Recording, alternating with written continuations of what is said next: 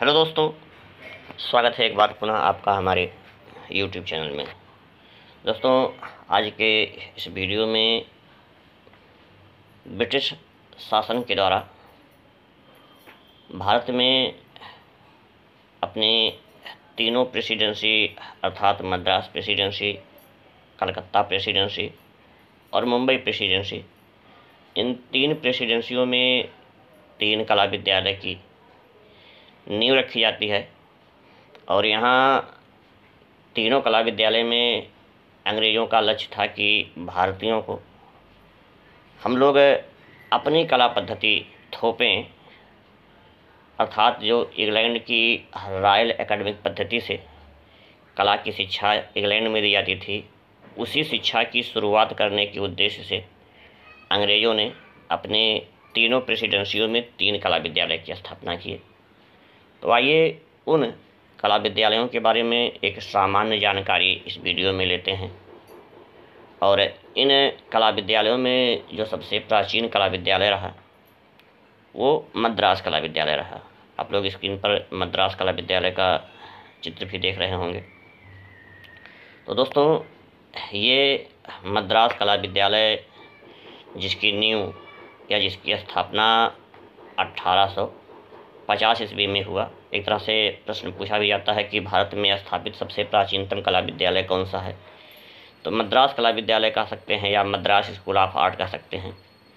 और जैसा कि नाम से ही स्पष्ट है कि इसकी स्थिति मद्रास थी, हालांकि आज मद्रास का नाम बदल करके चेन्नई हो गया है। और इस कला विद्यालय के संस्थापक डॉक्टर अलेक्जेंडर हंटर थे। दोस्तों, ये भी यहाँ से भी प्रश्न बना हुआ है, हालांकि अलेक्जेंडर हंटर ने जब इस कला विद्यालय की नींव रखी थी तो उसे नाम दिया गया था मद्रास स्कूल ऑफ आर्ट। तो यह सबसे जो प्राचीन कला विद्यालय है अर्थात मद्रास स्कूल ऑफ आर्ट। दोस्तों, मद्रास स्कूल ऑफ आर्ट में कई प्राचार्य हुए, लेकिन अगर हम लोग इसमें देखें कुछ ऐसे महत्वपूर्ण प्राचार्य यहाँ से प्रश्न पूछे गए हैं। और प्राचार्य के रूप में यहाँ पर E.V. हैवेल दोस्तों आते हैं 1884 ईस्वी में। एक अंग्रेज थे जिनका पूरा नाम था अर्नेस्ट विनफील्ड हैवेल। ये यहाँ के प्राचार्य बनाए जाते हैं। हालांकि उस समय प्राचार्य को प्रधान शिक्षक वहाँ बुलाया जाता था, तो ये प्रधान शिक्षक या प्राचार्य बनाए जाते हैं। हालांकि E.V. हैवेल तो थे अंग्रेज, लेकिन भारतीय कला के प्रति लगाव इनका शुरू से ही रहा और कुछ परिवर्तन यहाँ पर किए। लेकिन 1929 ईस्वी में भारतीय मूर्तिकार देवी प्रसाद राय चौधरी पहली बार मद्रास कला विद्यालय के प्राचार्य बनाए जाते हैं। कई बार प्रश्न पूछा भी गया है मद्रास कला विद्यालय के पहले भारतीय प्राचार्य। तो ये देवी प्रसाद राय चौधरी जो अवनी बाबू के शिष्य थे, बनाया गया। और जब देश स्वतंत्र होता है उसके बाद 1957 ईस्वी में केसीएस पडिक्कर अर्थात कृष्णकृत्य चिरपत्र शंकर पडिक्कर जो डीपी राय चौधरी के शिष्य थे, ये प्रथम भारतीय प्राचार्य स्वतंत्रता के बाद बनाए जाते हैं। दोस्तों, ये तीन नाम प्राचार्य के रूप में बहुत महत्वपूर्ण है। दोस्तों, कहता है कि 1961 ईस्वी में मद्रास स्कूल ऑफ आर्ट का नाम बदल करके government college of art and craft कर दिया गया। और यहीं पर मद्रास कला विद्यालय में ही 1957 ईस्वी में एक म्यूजियम ऑफ कंटेम्प्रेरी की स्थापना की जाती है। तो दोस्तों, इस मद्रास कला विद्यालय के संबंध में कुछ हम लोग सामान्य जानकारी ली और इसके बाद में हम लोग चलते हैं एक और कला विद्यालय देखते हैं, और वह है कलकत्ता कला विद्यालय। और कलकत्ता कला विद्यालय ये भी परीक्षा की दृष्टि महत्वपूर्ण है दोस्तों, जिसकी नींव डाली जाती है या जिसकी स्थापना 1854 ईस्वी में की जाती है और कलकत्ता में होती है। तो कलकत्ता कला विद्यालय या कलकत्ता स्कूल ऑफ आर्ट इसी को कहा गया है। और इस कला विद्यालय में पढ़ाने वाले जो प्रारंभिक शिक्षक थे उनमें दो लोगों का नाम स्पष्ट रूप से जो है सामने आता है। एक है रिगार्ड एगियार और फाउलर, ये दो शुरुआती के शिक्षक रहे। और पहले प्राचार्य कलकत्ता कला विद्यालय में H लाग अर्थात हेनरी होबर लाग पहले प्राचार्य बनाए जाते हैं। और दोस्तों यही कला विद्यालय रहा जो भारतीय चित्रकला के पुनर्जागरण में महत्वपूर्ण भूमिका निभाई। और इसी कला विद्यालय से ही पढ़ाए हुए छात्रों ने बंगाल स्कूल ऑफ आर्ट की बदौलत ही जो है बंगाल शैली अस्तित्व में आता है, जिसकी चर्चा हम लोग बंगाल शैली के वीडियो में किए हैं। आइए देखते हैं दोस्तों। कहता है कि इस कला विद्यालय में जो है की स्थापना क्ले मॉडलिंग सब मिट्टी की कुछ मूर्तियाँ की शिक्षा के लिए हुआ था, लेकिन बाद में यहाँ उत्कीर्णन, इसी को इनग्रेविंग कहा जाता है, और अम्लांकन अर्थात एचिंग की शिक्षा दी जाती है। दोस्तों थोड़ा सा उत्कीर्णन और अम्लांकन के बारे में बता देते हैं। ये छापा कला की एक विधि है दोस्तों। उत्कीर्णन जिसको इंग्लिश में इनग्रेविंग कहा जाता है, और यहाँ धातु के प्लेट पर जब हम लोग टूल्स या यंत्र की सहायता से प्लेट की खुदाई करते हैं तो उसी को उत्कीर्णन या इंग्लिश में इनग्रेविंग कहा जाता है।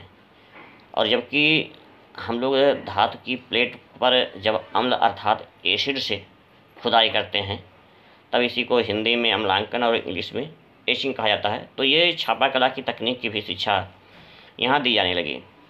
और दोस्तों यहाँ इस बंगाल स्कूल ऑफ आर्ट में जब A.V. हैवेल प्राचार्य बनते हैं तब इस कला विद्यालय में भारतीय चित्रकला को बढ़ावा दिया गया। हालांकि मद्रास कला विद्यालय से ट्रांसफ़र होकर के कलकत्ता कला विद्यालय में आते हैं, और एक अभी उसकी चर्चा हम लोग आगे करेंगे, लेकिन अभी थोड़ा सा और जानकारी लेते हैं कि यहाँ ओकाकारा काकुजो थे, एक जापानी चित्रकार थे।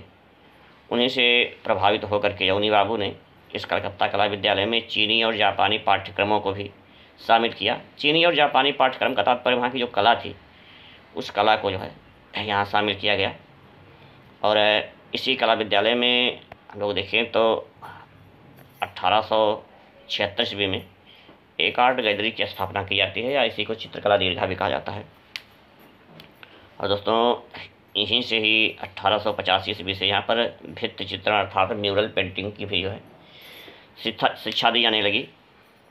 और लोग बताए थे कि A.V. हैवेल पहले मद्रास कला विद्यालय के प्राचार्य थे, और बाद में इनका 6 जुलाई 1896 ईस्वी को ये कलकत्ता कला विद्यालय के प्राचार्य बना दिए जाते हैं।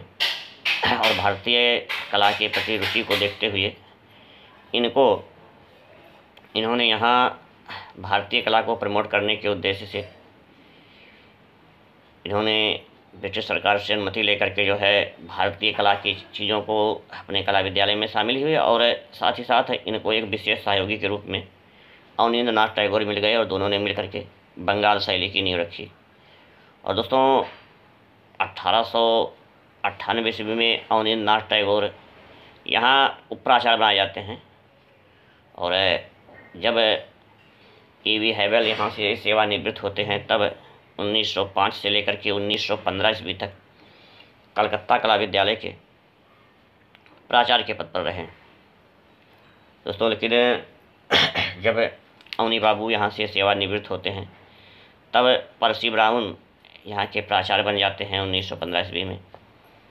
और इसके बाद यहाँ पुनः वही इंग्लैंड की रॉयल एकेडमिक पद्धति से शिक्षा दी जाने लगी दोस्तों।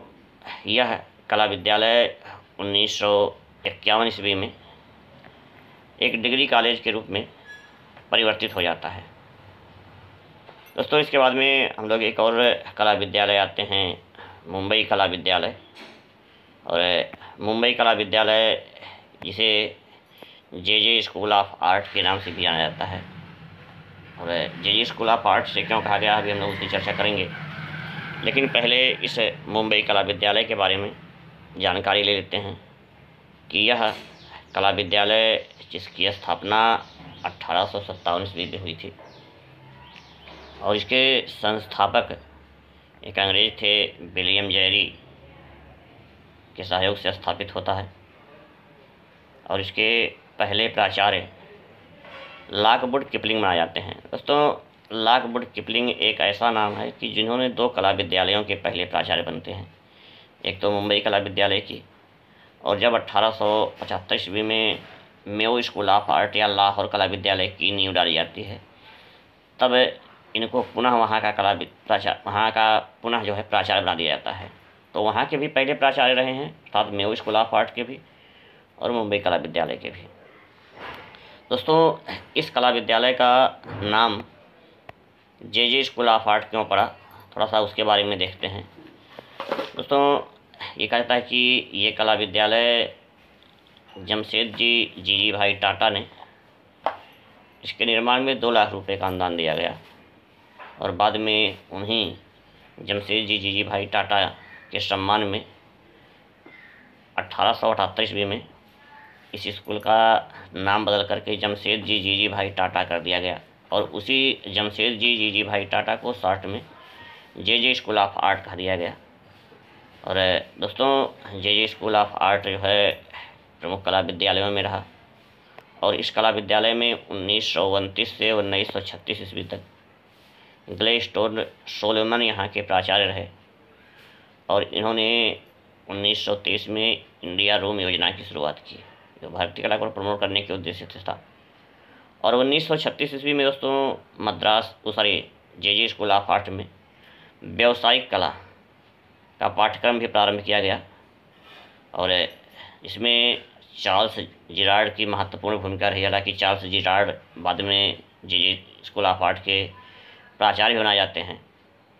और दोस्तों, स्वतंत्रता के पश्चात 1951 ईस्वी में जे स्कूल ऑफ आर्ट के पहले प्राचार्य वासुदेव अपुरकर बने। हालांकि उस समय प्राचार्य को अधीक्षक बोला जाता था। तो दोस्तों, हम लोग इन 3 कला विद्यालयों को देखे, मद्रास कला विद्यालय, कलकत्ता कला विद्यालय और मुंबई कला विद्यालय। दोस्तों, यह एक छोटा सा प्रयास आपको कैसा लगा, आप कमेंट में बताइएगा। अगर वीडियो अच्छा लगा तो मैं अगले वीडियो में कुछ और कला विद्यालयों की चर्चा करेंगे। आज के इस वीडियो में बस इतना ही। हमसे जुड़ने के लिए, वीडियो को देखने के लिए आप सबका बहुत बहुत धन्यवाद है।